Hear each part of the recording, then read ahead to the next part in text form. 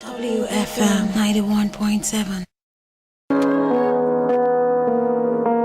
Stories of women and girls who have suffered gender-based violence and harassment are common, and this is why we must work together to end gender-based violence by uprooting the seeds from the community. Tune in to Women Lives Matter on Women Radio 91.7 every Monday at 2 p.m. to lend your voice to the fight against gender-based violence. Women Lives Matter will address gender-based violence in the community. Women Lives Matter will seek the collaboration of your community leaders. Women Lives Matter, Mondays 2 p.m. on Women Radio WFM 91.7. This is an initiative of Women Advocates Research and Documentation Center and supported by Ford Foundation.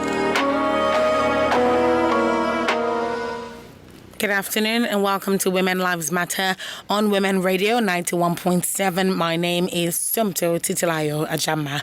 Thank you very much for tuning in. And today we're discussing roles of traditional women chiefs to stem violence against women and girls in communities in Southwest states. Roles of traditional women chiefs to stem violence against women and girls in communities in the Southwest states. Globally, according to the World Health Organization, WHO's data from 2021, almost 1 in every 3 women has been subjected to intimate partner violence and non-partner sexual violence, or both, at least once in their lifetime. Bringing it down to Nigeria, the Nigerian Demographic and Health Survey, NDHS 2018, has found out that 9% of women aged 15 to 49 have suffered sexual assault at least once in their lifetime. As if that's not enough, 31% of these people aged between 15 to 49, women aged between 15 to 49, have also experienced physical violence. Restrictions and implications from the COVID-19 pandemic last year also added to this number, as gender-based violence in the nation is on a steady increase. Now, where do women who play leaders in communities come in? What role do they play? My name is Sumto Titilayo Ajama, as I've said, and today on Women Lives Matter, we are discussing roles of traditional women chiefs to stem violence against women and girls in communities in the Southwest states. My guest today is Mrs. Bola Tito Adionojobi, Executive Director, Hope for New Life in Ogun State. Hello, good afternoon. Thank you very much for joining us. Oh, good afternoon. It's so nice to be here. I'm Chief Mrs. Bola Tito Adionojobi from Hope for New Life. Yes. On gender-based violence and violence against women and girls. Absolutely. And it has been a very good opportunity to meet women out there and see what is really going on. You'll be surprised about happenings both in the urban area and in the rural areas. The story is the same thing. There's nothing different. And it's the same thing even in the nation. So only pray that God will help us. Absolutely. To see us through. Thank you very much. Women Lives Matter is an initiative of Women Advocates Research and Documentation Center in partnership with Women Radio 91.7 and funded by Ford Foundation. All right. So I'm going to ask this question. But before I do that, let me open the phone line so that we can get calls and people can call in to contribute. The number to call is 07000 917 917. 07000 917 917. You can also send in text or WhatsApp messages to 0703 175 6537. All right. The question of women chiefs in communities, particularly in the Southwest states like Iyaloja and Iyalode, those types of women chiefs, we hear about them from time to time. They come up in conversation. We see it in music, movies, and all of that. Who are these people specifically, and what roles do they play in their communities? Iyalode and Iyaloja, they are very important to women in the communities, even in rural or urban areas. Iyalode is Iyalode for all women in whatever area she or she is. Iyalode or Iyaloja, the Iyaloja is in charge of women in the market, different groups of women. And be alata, elepo, eleja, different groups of women in the market. All of that. The Yaloja is in charge of them. They have any problem in the market, they will meet the Yaloja who will solve it. The Yaloja works in an extended way because it doubles to whether you are a Christian, you are a Muslim, or you are Alabalaye. All of them, she's in charge of all. So our own share of work is wider than Yaloja because the Yaloja will be in her place, but Yalode is for a very wide area. Like you say Yaloja, maybe Yaloja in Abeokuta here, can say Yalode of Egba land, the Yalode of Yoruba land. You can't compare the Yalode with the Yaloja. I think there's a difference. Absolutely. So, yeah, one is heavier than the other, but they all function in their own ways. Thank you. So let me now ask you this, because you've talked about the affiliation of the Iyalode and the Iyaloja with women across different groups, and then the difference between both titles. So in your opinion, do you think that the Iyalode and Iyalojas, do you think that they are adequately informed on what gender-based violence is, violence against women and girls? Do you think they know what this is and the different forms that violence against women and girls take in today's society? Yes, they know. They really know. Iyalode, for example, Iyalode of Egbaland, Iyalode Alabalosi. She plays an important role on gender violence and empowerment of women in Ogun State. She has been so active that she involved everyone, whether you're a Christian chief, she has a ways of telling us what to do, how to go about, how to have a trade that your children will not suffer. She will support those people who need empowerment. She makes sure that it's because women are suffering. And fighting is because there is no money.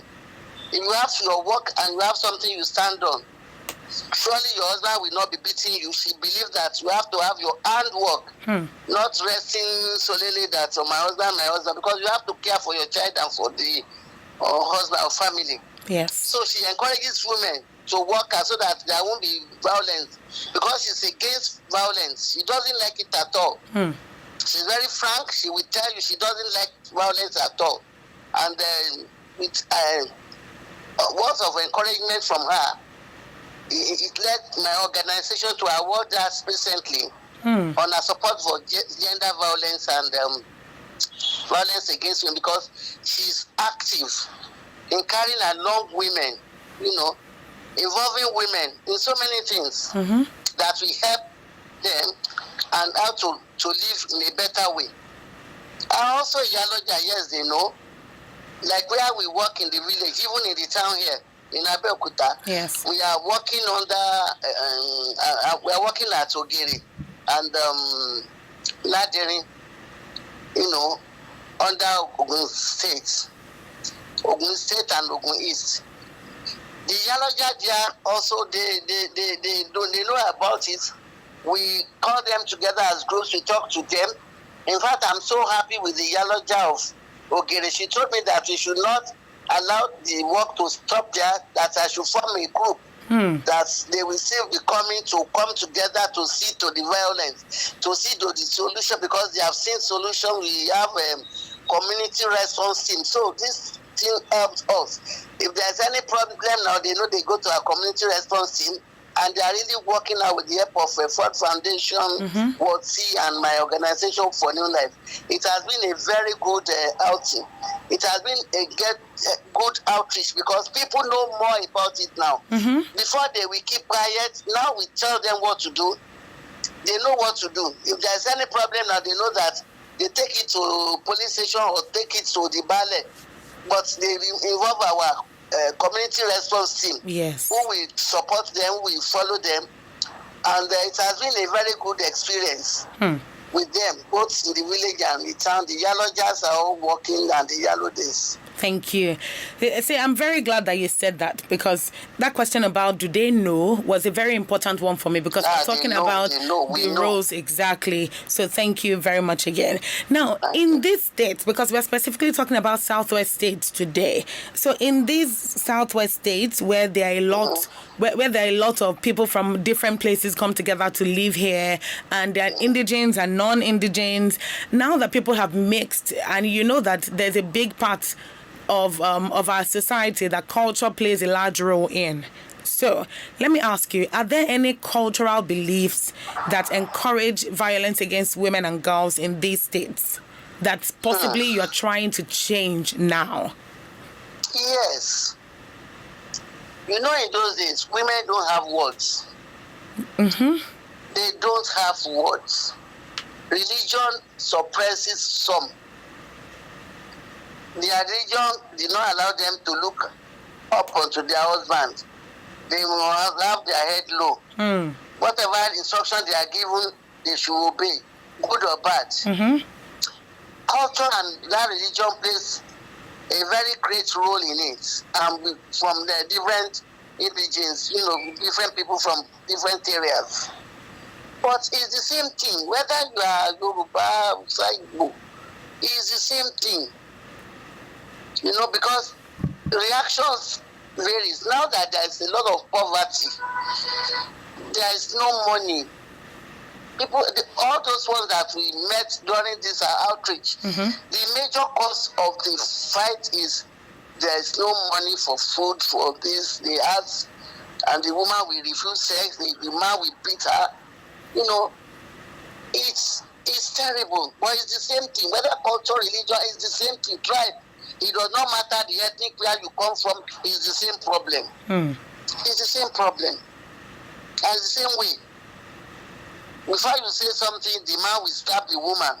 At times, the woman too will do the same thing to the man. So it's vice versa. Okay. You know. So if I'm understanding you correctly, you're saying that some of these cultural beliefs are basically that fact that the woman has to really listen to the man, has to obey everything that he says. Yes. That idea that the man is the head and he's dominant in the relationship. Yes, domination, yes. That's the major problem. That's the major problem, because if he believes he paid his dowry and he has a say over her. So whatever he wants, she must agree, good or bad. And that's very wrong. So I'm glad that we're talking about this, so we can put more light on this particular subject. Thank you very much for joining us again today. Thank you. This is still Women Lives Matter, and today we're discussing with Chief Mrs. Bolatitu Adeonojobi, Executive Director, Hope for New Life here in Ogun State. Today we're discussing roles of traditional women chiefs to stem violence against women and girls in communities in the Southwest states. Women Lives Matter is what you're tuned into right now, and you can call in to contribute or ask questions. The number to call is 07000 917 917. 07000 917 917. You can also send in a text message or a WhatsApp message to 0703 175 6537. 0703 175 6537. All right, back to you, Chief Mrs. Bolatitu. On this matter that we're discussing now, with highlighting mostly the women chiefs, that's the Yalodes and the Yalojas. How do these Yalodes and Yalojas across different Southwest states, how do they educate their fellow women, be that they're women, how do they educate these women in the grassroots communities on violence done against women and girls? What measures do they put in place, or what are the ways that they educate them? Okay, thank you. We, like the Christian chiefs, we met once, or our meeting is once in a month. She talked with everybody. She discussed if there's any problem, we will raise it. She will educate us on it. I'm part of them.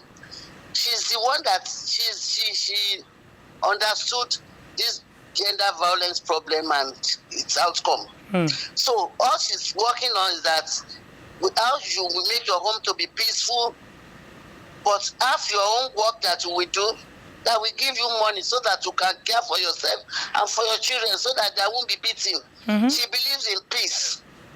She believes in peace, that you shouldn't allow all these little things to cause problem, that you'll be beaten. Because when you are beaten, it sends to something. When you are beaten to death, what will come out of it is the woman will lose her life and the children will be suffering. So she really encourages women to really work hard to reduce violence. Because if you have your work, you have money to feed your children, the husband will not be beaten. You should be supportive to the man.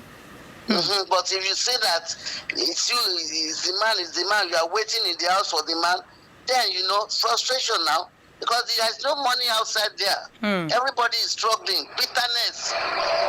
People are crying. You need to go to these villages, go to towns, go to people. People coming to us, even in the organization, people are asking for things, for money, for food, for everything. But she encourages the members. In fact, they have cooperative among themselves that we pay, that each woman will collect, and we collect this month, another we collect, to go and start the trade. Empowerment, that is what she works hard on.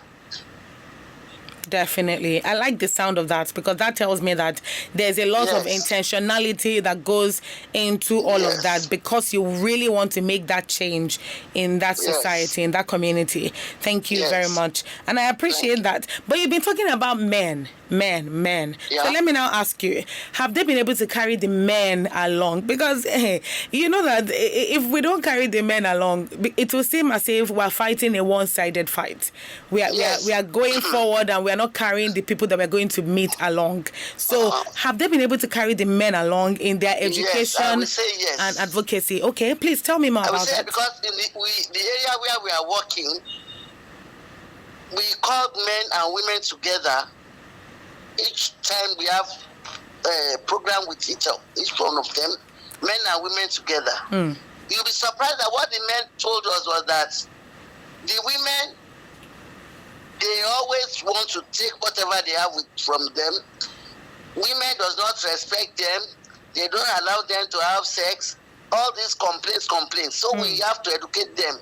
It is when the woman is happy that she'll be ready for sex. Care for her, care for her children. If she's not well, you have to look at her. Some men will not even know whether the woman is sick or not. They wouldn't know. So we try to educate them, and they see it to us. But what the majority of them were saying, that we should tell our children, the women, to listen to them. We tell them they are not your slaves. They are there as your helper. They are not your slaves. You can't be riding them and you want them to listen to you. You listen to each and every one of them. And we told them to support them, at least to start something doing. If the woman is doing something that will bring money in, the problem will not be on the man. But we involve the men. Especially where I'm working, Ladiri and Ogeri. Men were involved, and they promised to take it, in fact, to different places. Because we work with different people, different groups. Imams, pastors, the Barakoyis, all security, we took it to them. And they all supported that they will see to the reduction of the violence. That's good news. That's definitely good news. I'm happy to hear that. So, still talking about that, we must talk about the fact that we cannot just talk about these things. We have to follow up. We have to make sure that there's a lot going on to ensure that everything that has been said is actually being implemented. So I'm coming back to that in 1 second. So looking at this forms of, are there any forms of follow-up? Let me just get straight to it. Are there any forms of follow-up to ensure that there's a consistent level of sensitization when it comes to for the women, particularly when it comes to violence against women and girls? I'm asking you this because I've heard you mention community response team a number of times. So can you tell me more about that, and whether this is the only form of follow-up, or what else is being done to ensure that that conversation continues? Yes. So far, because of the community response team we have, we believe to continue with the program. But fund will be needed because it's not easy. So, it's not easy at all. Before you bring people together, they travel, they come from different villages, you give them stipend, give them food, snacks or lunch, and give them money to travel. But if it's going to be continued, somebody will need support from various places. I'm trusting God for support because it's making to know more about how people are really feeling. There is a problem, and the major thing is that people, government, everybody should be ready to support others, each other. It cannot be done by one person. People are suffering. You need to go there, you will know. People are suffering. People are suffering. So, and that is what causes fight. A man that was working before and does not have work again. The COVID really gave problem to many of them. They have used the money they have, they were using to sell things, they use it to feed themselves then. And there's no money again to start the business again. So, and some of the men, they were retrained, no work again. So, in fact, I have so many of them with me that we need to support them. So, it's a big problem. And that is what causes the violence. This frustration. And then, the people are, when there's nothing to do, when they say, and I do work, and go, they will go and take alcohol, take terrible drinks, take marijuana, they become addicted. So they don't even worry. They will go and beat the woman. And, they won't feel they are doing anything wrong because of frustration. That is or depression. That's what I see it. And that's so sad. That is very, very sad. Just looking at the situation and hearing what you're saying about the experiences of these women and even the men. So the women are bearing the consequences of the economy. They're bearing the consequences of what has gone wrong with their husbands and with their with their businesses. Yes. It's the major cause. When there's nothing to eat and the man is looking for money to do something, all I believe that if there's help, we'll be empowered and encourage government to please listen to the masses. Masses, men, women, we are suffering in silence. Only God can help us. Thank you so much for that. Thank you very much. So we're still talking about this. We're still talking about the role of women chiefs to stem violence against women and girls in communities in the Southwest states. So we've talked about the efforts of the Iyalodis and Iyalojas so far. But how has this network of Iyalodis and Iyalojas contributed to breaking the culture of silence? And what I mean by this is by encouraging survivors to report cases rather than treat them as family matters. Because a lot of people always do that. When something happens, they'll say, no, please don't talk about it. We don't want to disgrace our family. It's a family matter. So I'm sure even you have heard, cases like that. But what efforts have been put in place or have been in existence or is in existence by the Iyalodis and Iyalojas to just ensure that survivors are reporting cases rather than just covering them up? Nobody is covering it up now. As far as I'm concerned, nowadays, it's much better than what it used to be. Because we have told, women have been informed, if there's any case of rape, whether with family or rape, this pedophile thing is so common. If they are covering up, they will continue to do it. Let them speak out, because I believe they should have a policy against stigmatization. Because the stigma is the problem. They don't want people to know. Like rape now. If they rape, you want to cover up. If you beat, say, let's just take it like that. It's this man's son that did this. We told them that they should speak out. Go to the police station, come to us.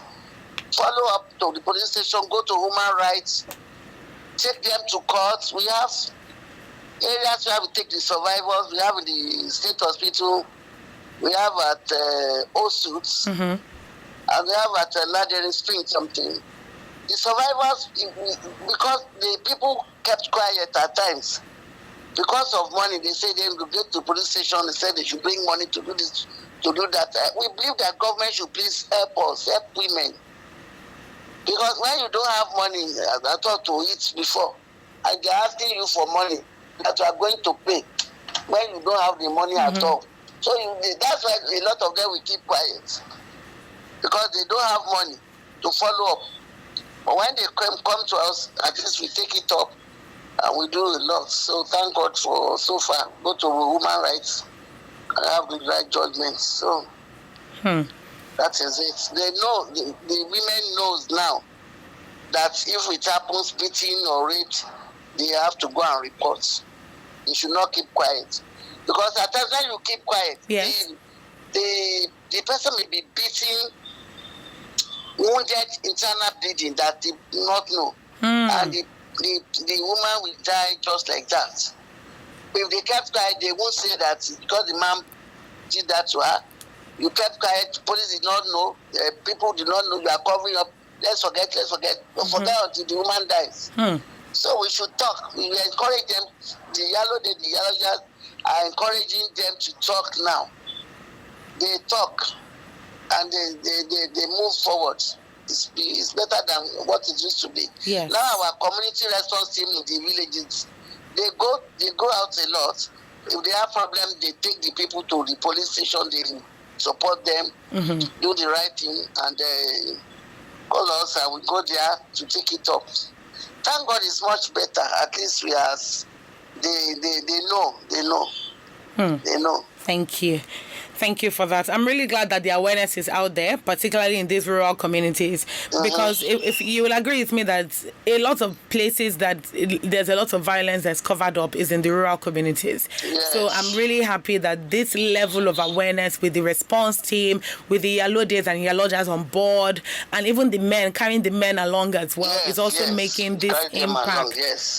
Thank you so much. Now, the Yalojahs wield a lot of influence in the markets and in the communities because of the financial power that they have, and because of the human power too. They know a lot of people. There's a lot of connection there. So what role are the Yalojahs particularly playing when it comes to ending violence against women and girls in their communities? I'll tell you why I'm talking about the Yalojahs specifically, because Chief Bolatito, in some of these markets you hear a lot of stories. So even though you may not have heard it within the village, when everybody comes together in the market and somebody is buying from Iya Eleja, Iya this, Iya that, you will hear some of these stories that, oh, this thing happened to this girl, this thing happened to this woman, somebody beats this woman, and before you know it, the Yalojah gets to hear about it, because all of these stories have passed from one person to another. So what are they doing in ending violence against women and girls in those communities, starting from the marketplaces?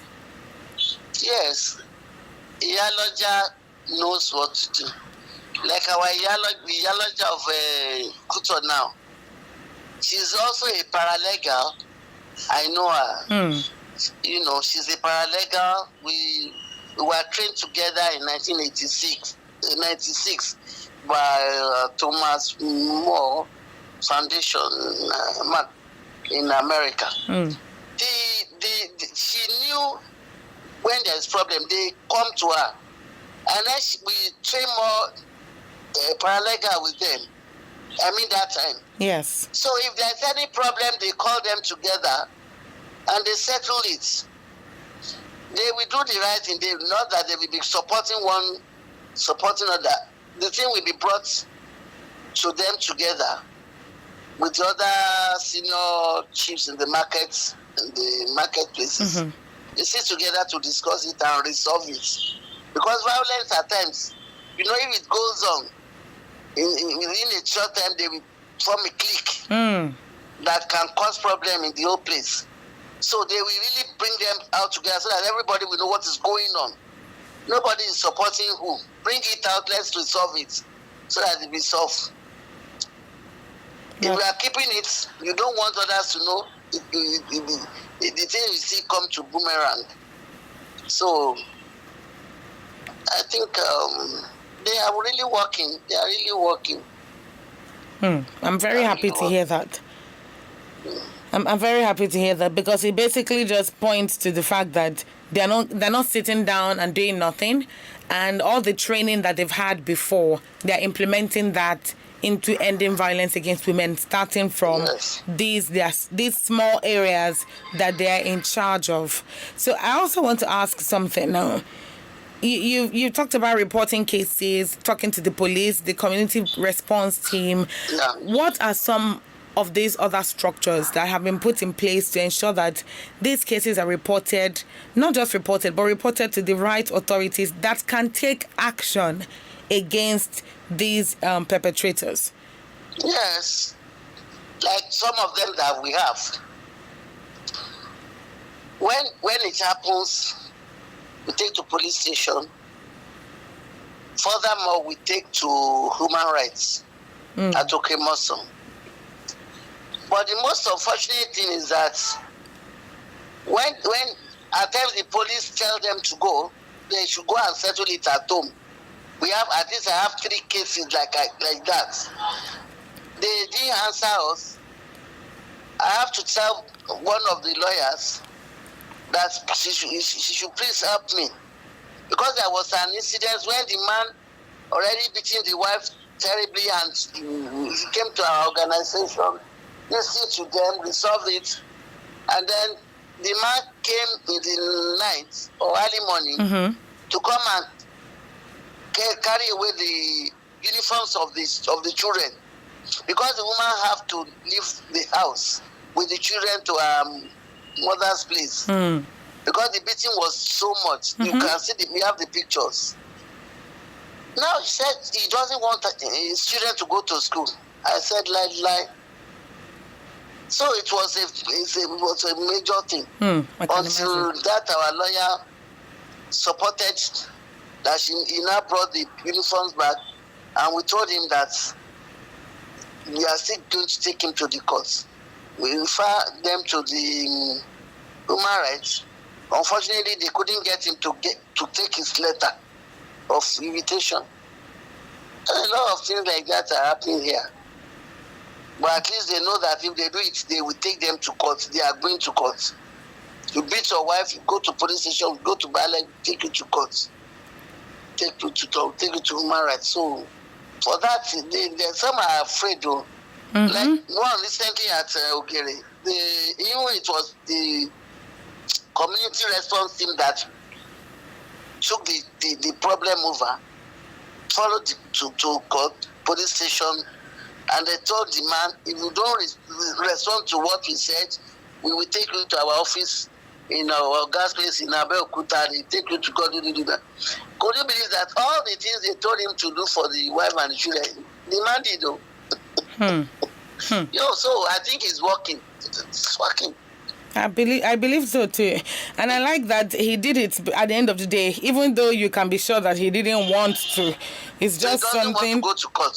So what he doesn't want to do, he really supported the woman quickly, gave them the money, buy their uniforms and books, and then left it because he doesn't want to. And we told him, if you make the mistake of beating her again, you go to court. That's a very good example. Thank you for sharing that experience. Because I will still ask for you to share more. Because honestly speaking, I think more people need to understand the fact that these Iyalodes and Iyalojas, they're actually working really hard. It's not just by name. They're actually working hard.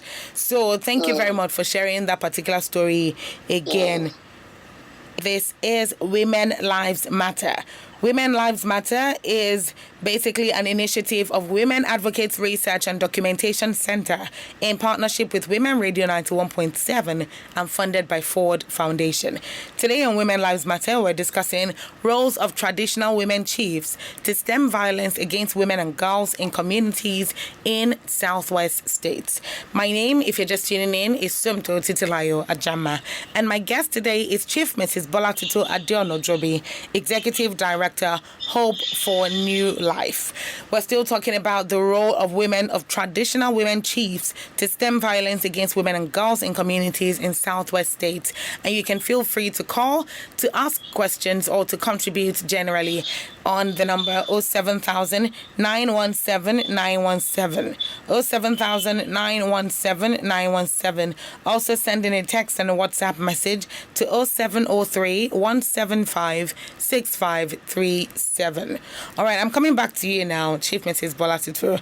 And the reason I'm coming back to you is because the Council of Women Chiefs is relatively popular. I'm sure some people would have heard about that name, just the Council of Women Chiefs. So, talking about the Council of Women Chiefs, which a lot of, just by the name you understand that a lot of women chiefs are in that association. So what impact has been made by establishing the Council of Women Chiefs, particularly in solidarity against sexual and gender-based violence? As a collective, what impact has been made?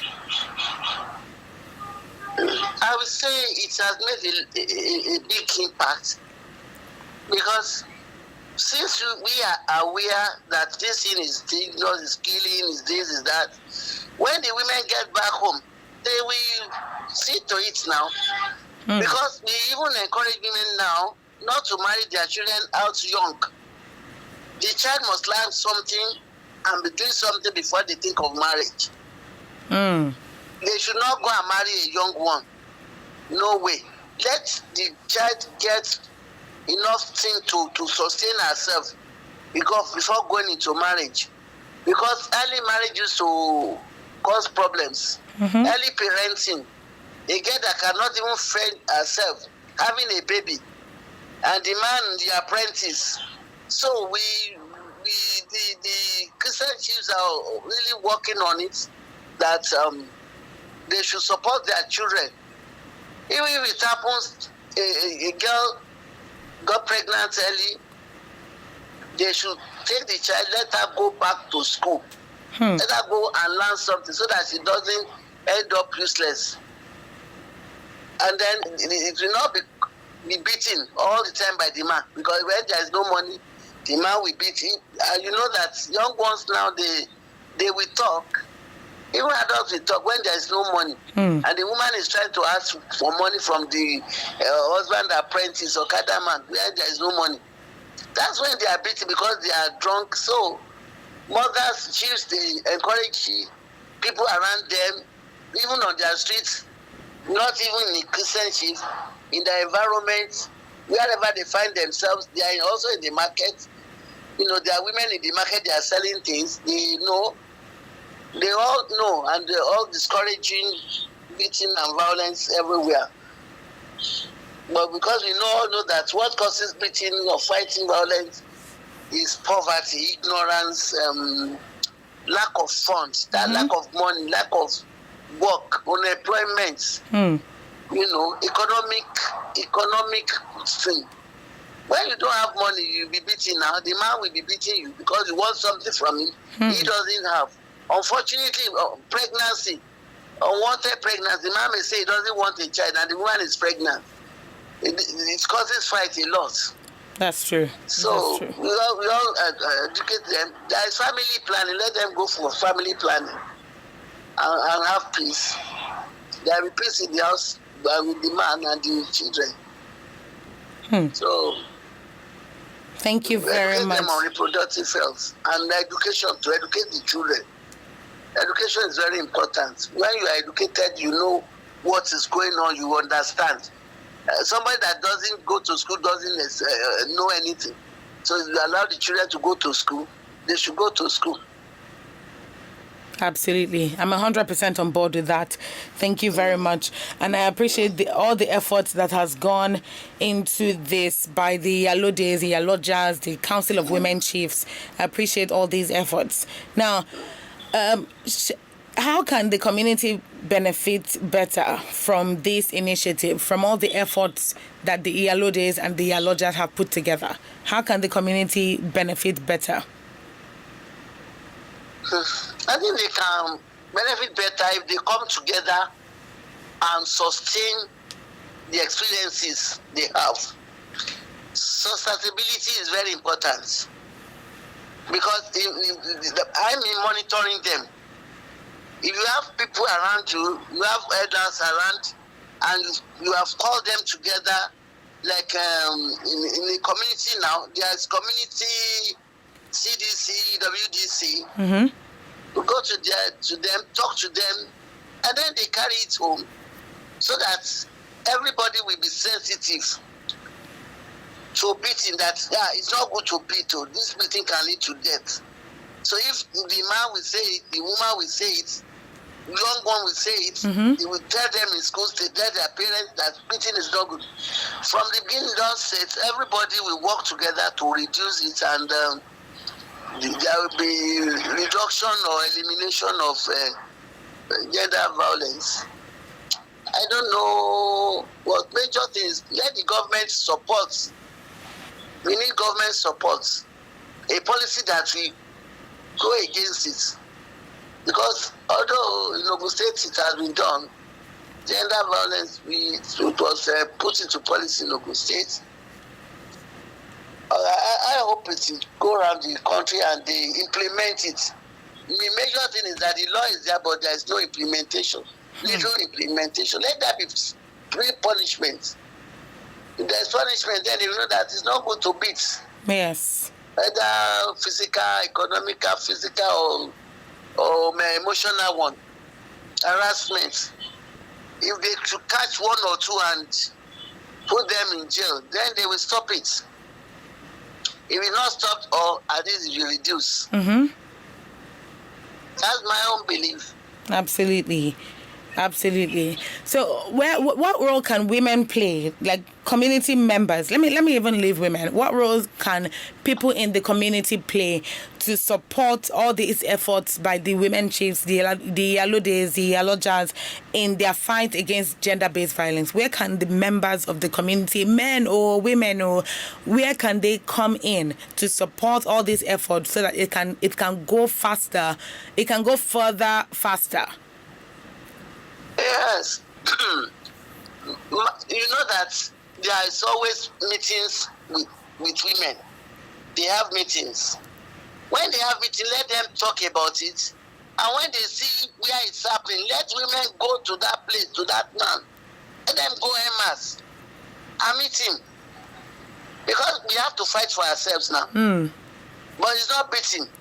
If people will go there to say, why are you beating this woman? Everybody will be involved. He will be ashamed to do it again now. Because he knows that they will come back again. Yeah. So he'll be ashamed. And they go against their children. Say, your father that's always beating your mommy. So, and he wouldn't like that. So I think women should come together and speak in one voice and support themselves. That's very true. That's very important when it comes to this. And I'm happy that you said that as well. So before we go, I want you to share some of the efforts that the Iyalodes and Iyalojas have put in. Some of the efforts that they've made, the structures that they put in place in some of these different states. You mentioned the Iyaloja of Kuto. You also talked about Ogere and some other places. So let's hear some more information on that. Pardon me?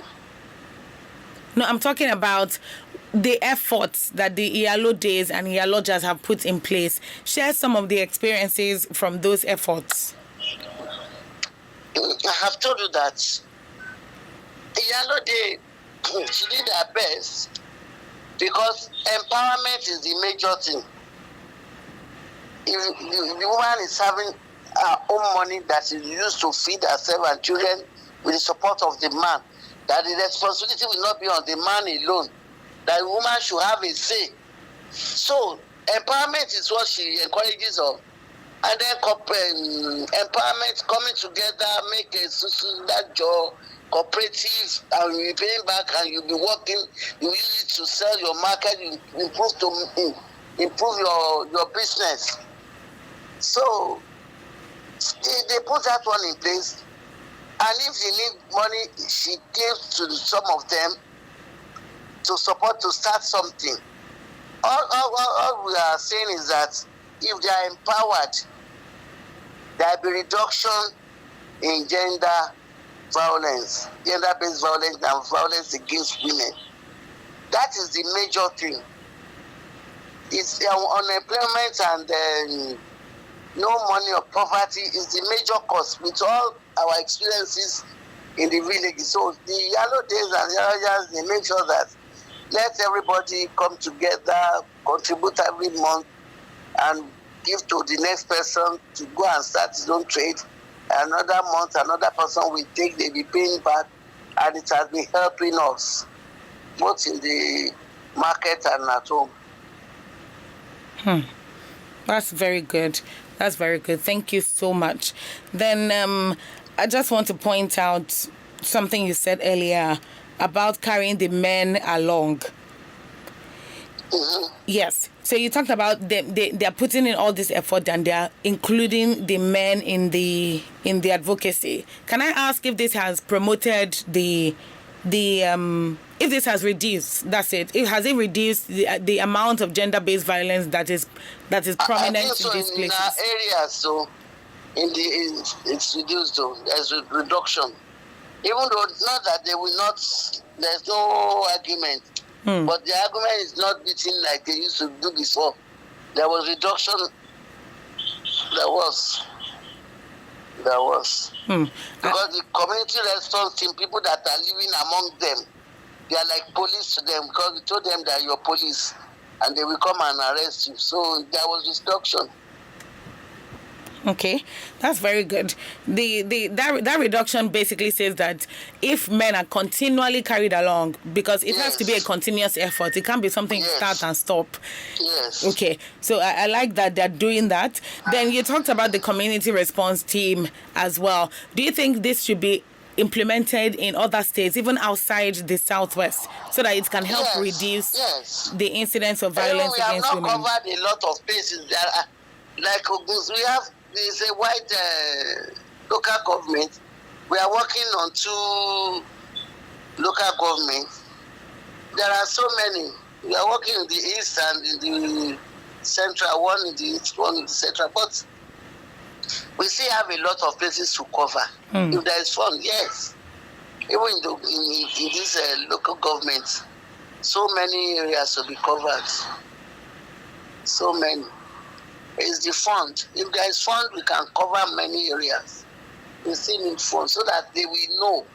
Because this program has really helped a lot of them to know the implication, to know what can happen, to know what results at the end of it. It has been an eye-opener to most of them, and they promise to go home to tell their people, which they have been doing and which has been working. If we go to larger places, I think it would be nice. Okay, so it comes back to the issue of funding. The government needs to contribute more to this particular cause. Huh? I said it comes back to the issue of funding at this point. Government? I said it comes back to the issue of funding, because you said funding, if there's more funding, then you can reach more places and you can implement this more. Yes. We need to reach more places, so yes. It's funding that is very important, yes. Okay.